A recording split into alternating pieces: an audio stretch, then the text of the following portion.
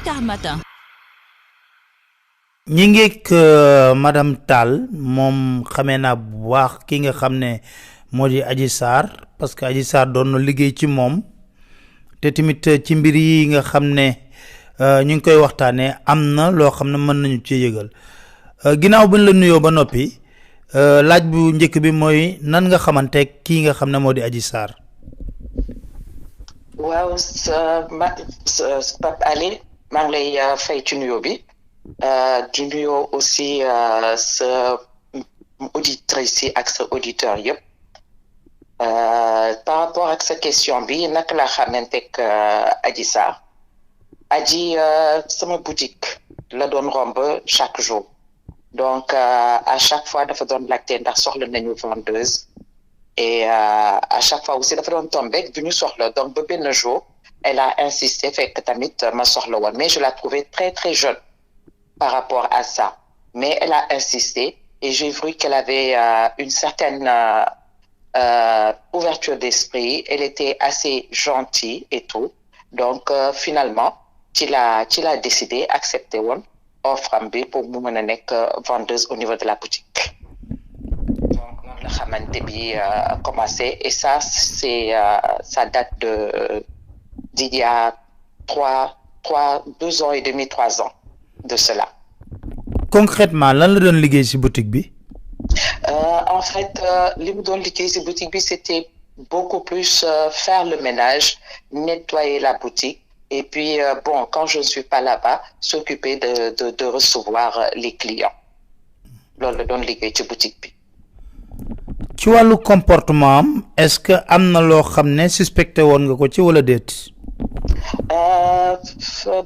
Bon. Dans un premier temps, parce qu'Adji, en fait, elle a eu à faire 2 passages au niveau de la boutique.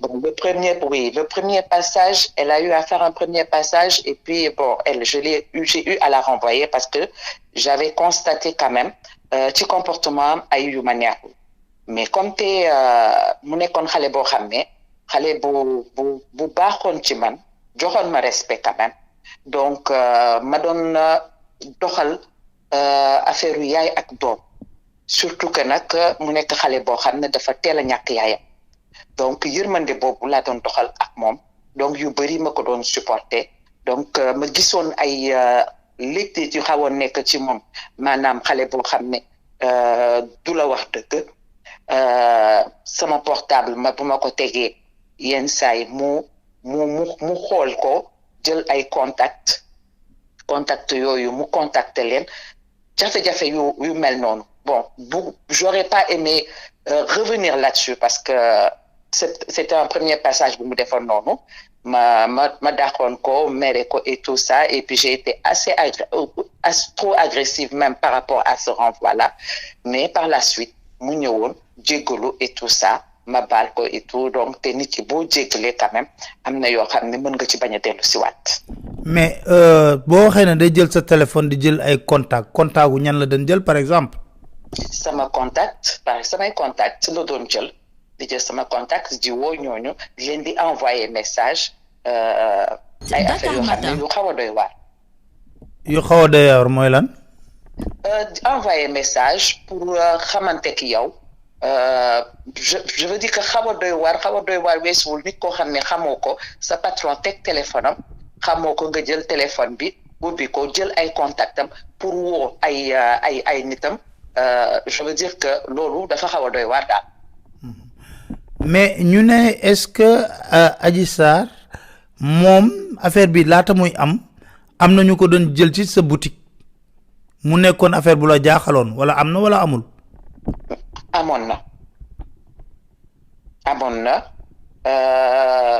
déjà bon man dafa am yu ma jotoon a constaté ci mois de décembre bi Adji elle s'est beaucoup absentée ci mois de décembre bi donc ba ma ko woowee pendant les dernières semaines de décembre fekk sax sama njaboot ñu nekkoon Dakar donc ñu xawoon ko doon jàmbat tout le temps mu ne ma dafa dem Ziguinchor moo papaam ñoo ànd parce que dafa am lu mu war a nekk foofu dafa am faj yuñ ko war a fajat yooyu et cetera donc mais bañ ma waxee ma ne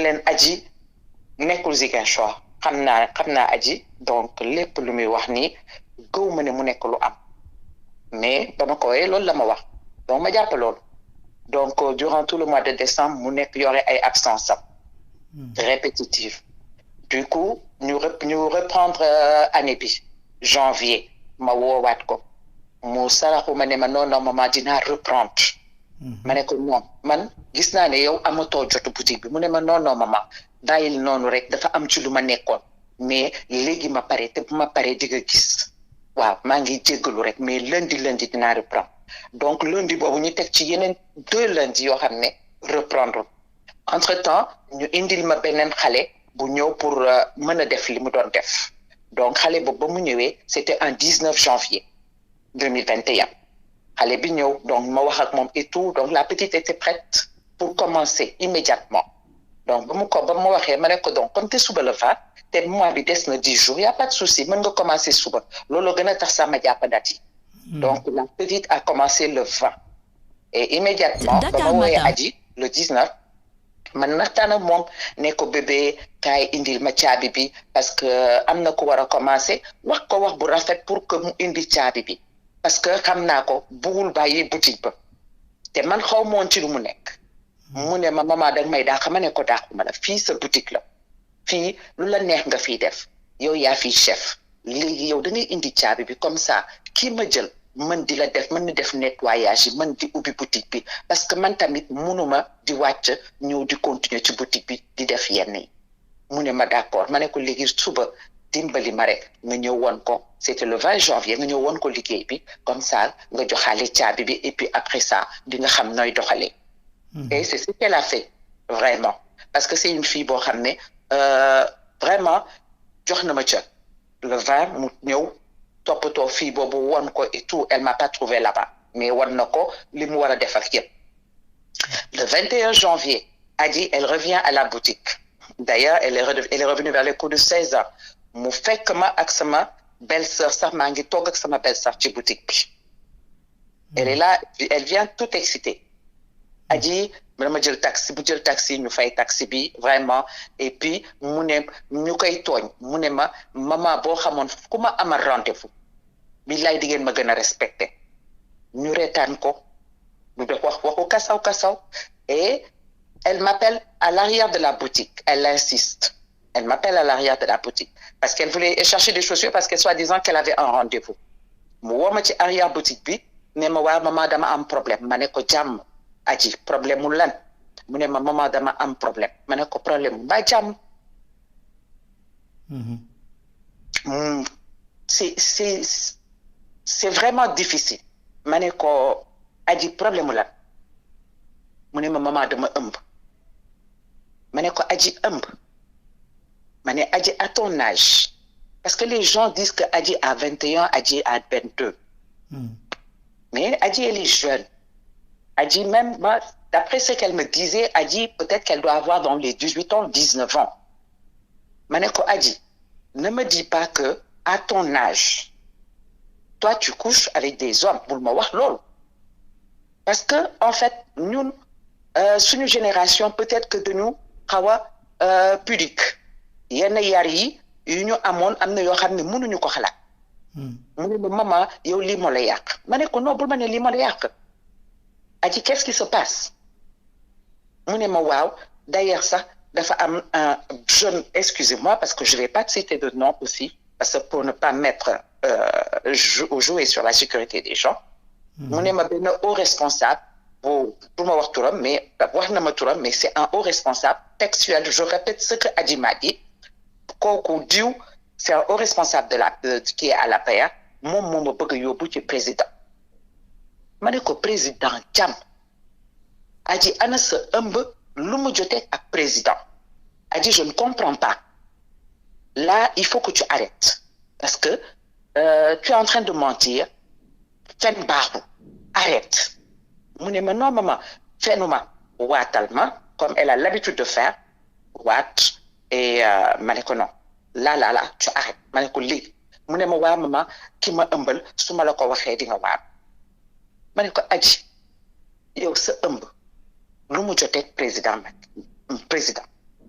de un léegi yow wax ma kan moo la ëmbal parce que man fi mu nekk nii je tourne taxawatuma wax ma kan moo la ëmbal mu ne ma Ousmane Sonko moo ma ëmbal ma ne ko Adji kuy Ousmane Sonko parce que j'étais en fait choquée je ne réalisais pas mu ne ma président Ousmane Sonko xanaa ma ne ko attends voilà là je vois mieux maintenant ma ne ko Adji est-ce que tu es normal là je comprends donc là c'est une affaire purement politique moo tax yow ngay bëgg a dugg ci affaire boo xam ne yow tu ne maîtrises même pas et n'oublie pas Adji que tu es une petite fille et lii yow xamoo lan lay juri ji ëllëg Adji je veux que tu stoppes mu continue di wax waaw maman parce que wax naa ko moom bëgguma dégg te daf ma menacé nee na su ba fekkee ne wax naa ne moom ma ëmbal dina ma rey ma ne ko attends là tu es en train de me monter un scénario qui ne dit pas son nom arrête stop bëggatuma dégg sax li ngay wax déglu ma parce que j'avais ma belle-sœur qui était à l'arrière de la boutique et je voulais même pas que lii kenn dégg ma ne ko Adji noppi waxal nànk c'est la femme de mon petit frère mais je lui cache rien mais ça là c'est quelque chose boo xam ne c'est trop je n'ose pas sortir ça de ma bouche ma ne ko tais-toi déglu ma arrête respire s'il te plaît déglu ma bu baax a baax Adji même lii bu fekkee ne am na d'accord soit nee nga am na d'accord Ousmane Sonko daf la ëmbal soi-disant ok d'accord on avance ma ne ko tu penses que bu la fekkee ne Ousmane Sonko ëmbal na la c'est ça la solution ay nit di la yóbbu ci président de un ma ne ko c'est pas ça la solution parce que ñoom bu doon seen rakk wala mu doon seen doom duñ ko defee noonu donc n'accepte pas qu'on te vilipende et yow maîtriser woo situation bi après te tollu nañu jamono boo xam ne Adji am na yoo xam ne dangay may sa bopp woy boo xam ne du mës a dañ ma ne ko nag xale nga tu ne maîtrises pas et là dama lay artu tout de suite je veux que tu m'arrêtes cette histoire mu ne ma bon maman naka lay def ma ne ko dama bëgg nga déglu ma Ousmane Sonko mag la adulte la sa yaay en fait c'est la sœur de sa maman ma ne ko sa yaay adulte la da nga ànd ak sa yaay nga dem ak moom foofu waxtaan ak moom ngeen waxtaan ci njëkk ak teranga waa maman bu ma dégluwul nag ma ne ko bu la dégluwul dans ce cas nga ñëw man ak sa yaay ay magum jëmm lañu ñu dem ñu wax ak moom mais pas de ay affaire de président ou bien je ne sais quoi Adji tu m'as mis ça cette histoire nga tegal ma ko ci suuf mu ne ma d'accord téléphone am di sonné kan moo lay woo mu ne ma diwoo ma may woo dañ ma bëgg a yóbbu te ma ne ko fii nag je suis désolé ma chère tey jii doo génn ci boutique bi pour dem où que ce soit boutique bi doo fi génn. est-ce que xamoon nga ñen ñoo ko doon woo en réalité. en réalité ki ko doon woo moom mën naa citer turam parce que gis naa ko parce que Adji entre ce qu'elle te dit et ce qu'il y a ça fait deux donc c'est la raison pour laquelle je n'ose pas citer le responsable de l'APR dont elle m'a parlé parce que loolu mën naa ko citer peut-être au moment opportun et dans le milieu indiqué mais par exemple ki ko doon woo di insister dafa ñëw ba foofu ma gis ko sama bët parce que il a insisté fekk man nangu naa portable Adji te xamoon na Adji ba mu Adji du dugg mu ngi ko naan maa ngi nii ci boutique maman donc insisté na il n'arrivait plus à joindre Adji parce que maa téye portable bi donc il s'est déplacé ñëw ba boutique ba. ba mu ñëwee ba boutique ba ma jàkkaarloog moom et c'est le Sidi Ahmed dont on parle Sidi Ahmed Mbaye moo ñëw ba buntu boutique bi ba mu ñëwee ba buntu boutique bi j'étais écœuré et c'est un garçon boo xam ne lu ma seq ak moom vraiment salutation yoo xam ne cordiale j'ai jamais eu de bis avec lui il passe toujours devant la boutique toujours très correct toujours salutation cordiale mais ce jour-là j'étais tellement écœuré que j'ai ouvert la porte de la boutique je lui ai demandé ma ne ko lan la woon mu ne ma noo dara je lui ai même pas dit bonjour dama ubbi rek ne ko lan la mu ne ma noo Adji lay seet ma ne ko pour lan mu ne ma non dara donc ma tëj claqué buntu bi j'ai claqué la porte ma dégg ko mu naan Adji xanaa da nga tegal benn Adji ne ko non waxuma ko dara ma xool Adji ne ko encore tes mensonges mes filles doo fi génn. Donc c'est comme ça que j'ai retenu la petite. Et ma belle-sœur a insisté pour savoir c'est quoi. Je lui ai dit non, c'est rien.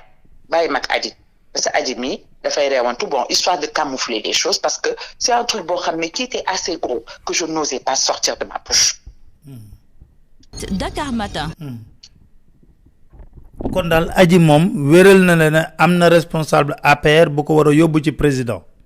loolu moom wax na ma ko et quand l'histoire s'est éclatée parce que en fait je lui avais dit de ne pas en parler et que d'aller avec sa mère pour ñu dem waxtaan ak Ousmane Sonko d'après ce qu'elle a dit elle me dit que oui dina ko def le lendemain parce que moi c'est un truc tellement gros que mënu moon ubbi même sama propre jëkkër ubbiwuma sama gémmiñ waxu ko tellement c'est un truc gros et moi je me disais que peut-être que elle voulait me faire passer un message et ça c'est pas moi donc j'ai même pas ouvert ma bouche pour en parler à qui que ce soit et ma wax ko le lendemain quand je l'ai appelée elle me dit oui wax dinaa ko wax sama yaay et avant ça même je lui ai dit mais Adji si même instant bi Adji pourquoi tu dis que da nga ëmb lan la da nga dem defi di test non maman c'est des sensations ma ne ko toi tu es malade des sensations tu ëmb mais tu es malade ëmb kenn du ko sentir ci ay sensations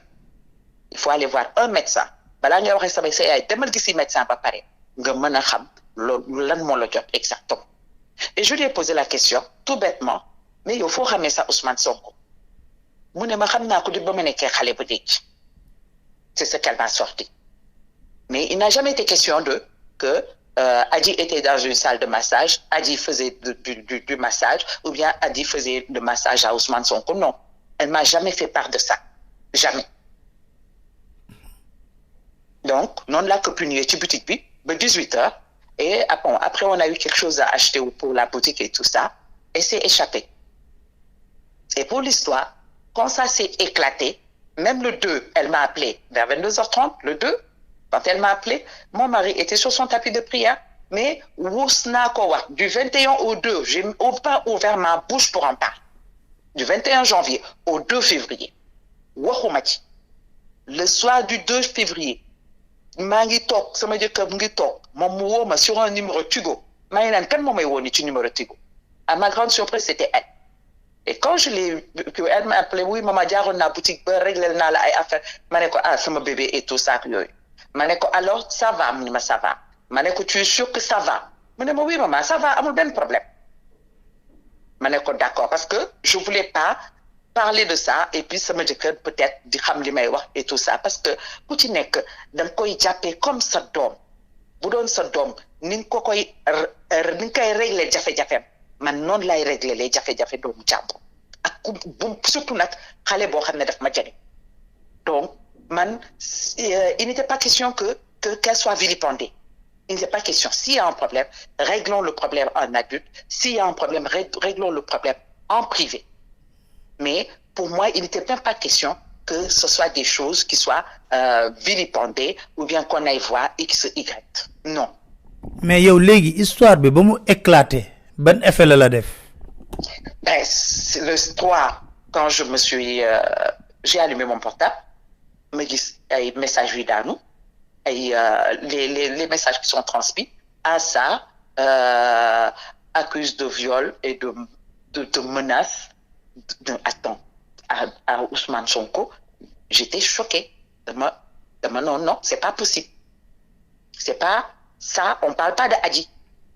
Et surtout que la veille, je l'ai eu. Non, c'est pas possible. Et je l'ai appelé immédiatement sur son téléphone orange, sa ligne orange. Ma woko, c'était off. Mon boîte vocale. Tiens, elle m'a appelé hier avec un numéro Tigo. Elle m'a rappelé que tu numéro. Et quand je l'ai appelé sur ce numéro Tigo, effectivement, je l'ai eu. Maneko Adji, Mounima. Maneko ça va, Mounima, ouais, maman ça va. Maneko, mais Adji, ça m'a pas l'air d'aller. Mounima, là, le mokham. Maneko, tu as vu ce qui se passe, ce qu'on a l'une des journée. Mounima, là, l'une des journée. Maneko, mais yo, l'une de nous hante mak yow. Ce problème avec Ousmane Sonko, bing ma donne wax, soi-disant. Mounima, journée. Mounima, comment ça, maman? Maneko, wa? Mounima, journée. Qu'est-ce qui s'est passé? Mounima, maman ban jour na ma ne ko si jour no Sénégal rek mu coupé téléphone bi. Elle a coupé le téléphone immédiatement, elle a raccroché immédiatement. Dakar Matin. Donc, ma texte ma téléphone. Et quand elle s'est peut-être remise, elle a compris que bon, elle avait fait une bêtise, elle m'a rappelé, j'ai pas répondu. Elle m'a envoyé un message pour me dire, maman, réponds-moi s'il te plaît. J'ai pas répondu. Je lui ai envoyé un message pour lui dire, je t'avais averti. Tu t'es fourré dans la gueule du loup, tu assumes entièrement. Tu es assez grande pour assumer tes responsabilités. Après, m'ont insisté, dis-moi, rappelez-moi, oui ou moi. Elle prend d'autres numéros Tigo, elle m'appelle avec ces numéros. J'étais obligée de prendre parce que je suis et quand c'est elle, m'attend mouvoir, m'attend ko maman lo bëggoon ma def mané ko li ma la waxoon defoo ko si dem na mu ne ma dem na ak yaayam mané ko même soo demee ak sa yaay amoon joxoon naa la option 2 boobu respecté ko ba fekk li ñu wax amul là bu la neexee nga def lu la neex mais respecté woo ko. Je raccroche mon téléphone. Elle me rappelle encore d'autres numéros Tigo, mouvoir insister, je lui réponds pas. Vers 16 heures, peut-être que certainement elle s'est rappelée d'un couac. Mouoma. Ne ma waaw d'ailleurs ça ñu ngi naan responsable bi wax turam dañ ma ne te man xawma ko musuma gis ma ne ko je suis désolée ma fille.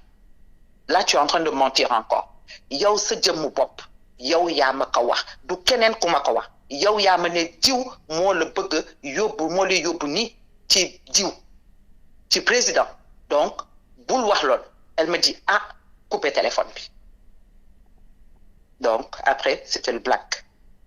Et le vendredi j'étais tellement désemparée, j'ai dit non, il faut que celle-là que j'appelle sa mère parce que la sœur de sa maman ma ne kii parce que lii affaire bi mënuma toog nii ma woo yaayam ba ma wooyee yaayam à ma grande surprise elle aussi elle venait d'être au courant la veille alors que l'histoire s'est passée 3 jours la veille le soog a am information bi mu ne ma man de madame Tall dama jommi ma ne ko mais man bul ma wax loolu parce que man aji nee na ma que yéen ñaar ànd ngeen ci Ousmane Sonko pour waxtaan ak moom pour mbiru ëmb bi Ousmane Sonko bañ ko mu ne mu waatal ma ne moom mu xamul sax kuy Ousmane Sonko moom même loolu bu amoon sax moom ragal na ragal boo xam ne que am na yoo xam ne moom du ci dugg donc voilà. boobu léegi amatoo contact ak Adji. Si am naa contact ak moom am naa contact pas plus tard que vendredi. Si je vous dis que vendredi après la prière de Tisba elle m'a appelé. Elle m'appelle à travers des numéros, mais par des numéros Tigo et tout, mais cette fois-ci, elle m'a appelé avec son numéro orange. Elle m'a appelé avec son numéro orange. Et je lui ai supplié. Je lui ai dit d'arrêter, parce que tout ça, ça ne rime à rien. Ça ne rime à rien. Tu peux pas dire qu'on t'a violé, qu'il y a eu des menaces de mort lors du viol. Tu ne peux pas dire tout ça alors que les dara amuti. Moi, tu m'as pas dit ça. Tu m'as pas dit que tu as été violé. Donc, il faut qu'on arrête ça. Mais, apparemment, elle insiste. Et franchement, c'est désolant. Qu'une petite fille comme ça a dit peut-être que si elle a 20 ans, c'est le maxi. Est-ce que a-t-on l'impression que Adji est sous contrôle de personne? Je lui ai même dit, je lui ai dit que tu es sous contrôle de quelqu'un, d'une personne. Mu ne ma non, maman, man faut ma que man ma fa bàyyi sama bopp. Ma ne ko mais Adji c'est pas possible, même faut boo fa bàyyi sa bopp. Ñu ngi lay contrôler. Parce que moi je veux pas comprendre que une petite fille comme ça, même si elle a été violée, mais même buy dem déposer plainte, mais war nañ ko mën a accompagner. Ses parents doivent l'accompagner, mais ses parents ne sont au courant de rien du tout. Man li ma ci xam sax ay parents xamuñu ko man maa leen di wóoti leen di interpeller ne leen il faut que ngeen dem def déclaration, il faut que ngeen dem assister Adji, parce que Adji, quoi qu'on dise aussi, c'est l'enfant de quelqu'un. Même si sa mère n'est pas là, même si sa mère est décédée, mais elle reste l'enfant de quelqu'un. Nekkul un pion X dans l'air. Elle a des parents. Ngir yàlla ñu xool loolu yëpp xam ne lii bu doon seen doom duñ ko def bu doon seen sœur duñ ko def nii dinañu xaw a suturaal seen mbokk mais xale bi même sa mère m'a dit la sœur de sa mère nee na ma dem na brigade sax pour xam aji ci lu mu ne mais elle n'a eu aucune information même nee na dem na brigade de recherche pour xam aji ci lu mu ne elle n'a eu aucune information. Mais c'est inadmissible. C'est inadmissible. Parce que quoi qu'on dise, Adji, c'est un enfant. Munu fi quand même war nek am luñ nan topo bu tollu nonu ñu ne viol te benn mbokam assisté wu ko.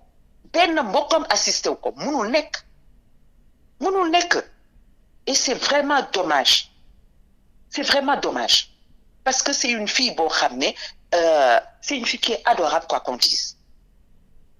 C'est une fille qui est adorable, Adji. Le problème est que Adji, elle a la malchance d'avoir perdu sa mère très tôt. Elle a cette malchance d'avoir perdu sa mère très tôt. Elle a la malchance d'avoir reçu l'éducation en quelque sorte de la rue. Dakar Matin. Elle a la malchance d'être issue d'un milieu social, financièrement bas.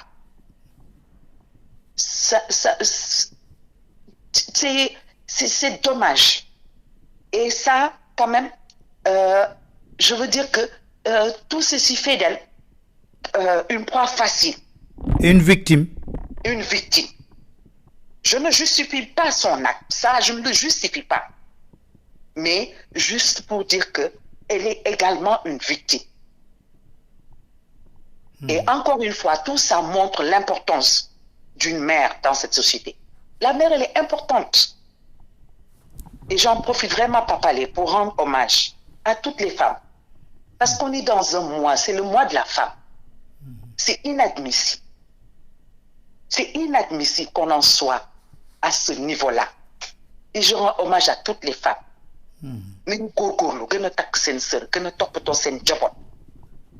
Et quand je rends hommage à toutes les femmes, je rends hommage particulièrement à ma mère. Absolument. Qui a su nous inculquer des valeurs de dignité et de droiture. C'est important. Parce que nit amna yo xamné boko amulé rek bo amulé repéré da ngay dir. Té ndaysan la pauvre Adji. Lolo ko dal. On n'est pas plus méritant qu'elle. On n'est pas plus méritant qu'elle. Adji n'a pas eu la chance d'avoir sa mère. Xamna Adji dina la dégg dama bëgg nga lancer ko message comme danaka yow yaayam nga won. C'est très très difficile pour moi de parler. Parce qu'Adji, je l'aime comme ma propre fille. En toute sincérité. Je l'aime comme ma propre fille. Et imaginez-vous, Papa Lé, quand elle m'a appelé vendredi, elle m'a sorti une phrase qui était remplie d'émotions.